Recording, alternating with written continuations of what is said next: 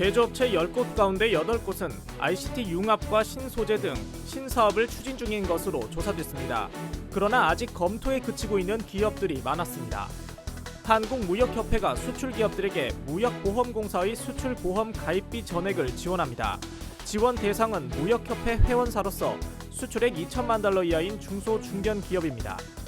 한국공학칼리먼이 코리아 리더스 포럼을 열고 신산업과 중국의 대응에 대해 논의했습니다.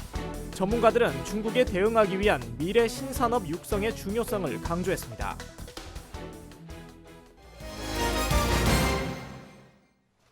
주력 제조업체의 87%가 신사업 계획이 있다고 밝혔습니다. 대한상공회의소가 13대 수출기업 300개사를 조사한 결과 ICT 융합과 신소재, 에너지 분야를 신사업으로 추진하고 있다고 답했습니다. 그러나 아직까지는 신사업을 검토 중인 기업들이 절반 이상이었으며 착수 단계와 제품 출시 단계인 기업들은 34%에 불과했습니다. 업체들은 신사업 추진 속도를 높이기 위해 안정적인 자금 공급과 규제 개혁이 필요하다고 답했습니다.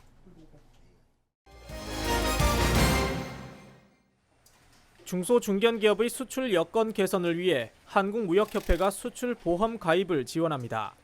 무역협회는 회원사 가운데 연간 수출액 2천만 달러 이하인 중소중견기업을 대상으로 무역보험공사의 수출보험 가입비 전액을 지원한다고 밝혔습니다.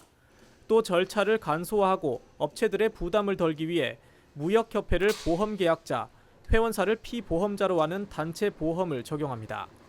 보험 지원을 받는 기업들은 가입 후 1년 동안 최대 5만 달러 이내 범위에서 수출 대금 미회수 손실액의 90에서 95%를 보상받을 수 있습니다.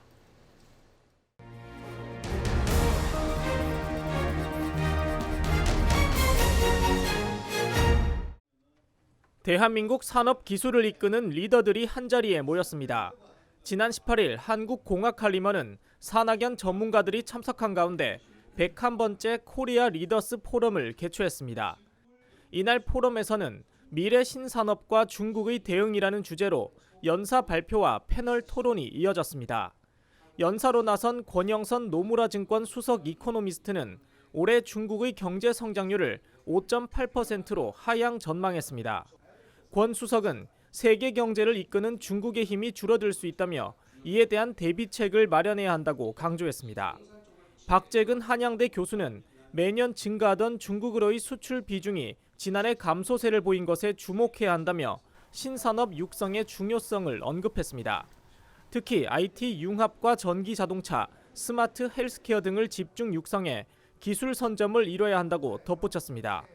전병서 중국경제금융연구소장은 현재 중국이 처한 위기를 논하기보다 서비스와 IT가 결합된 산업혁신이 필요하다는 의견을 제시했습니다. 결국 중국에 맞설 수 있는 미래 신산업, 새로운 성장 동력을 찾아 육성해야 한다는 게 화두였습니다. 알파고와 같은 새로운 산업, 이러한 부분에서는 우리가 좀 더 우위에 있어야 되지 않느냐라는 목소리들이 많이 있습니다. 그래서 중국과의 우리와의 서로의 현황을 점검을 해보고 우리의 미래 방향을 모색을 하고자 하는 것이 이번 포럼의 목표라고 되겠습니다. 오는 6월경 열리는 다음 코리아 리더스 포럼에서는 생산 인구 감소에 따른 사회적 변화와 대응책에 대한 논의가 펼쳐질 예정입니다. 채널I 산업뉴스 이창수입니다.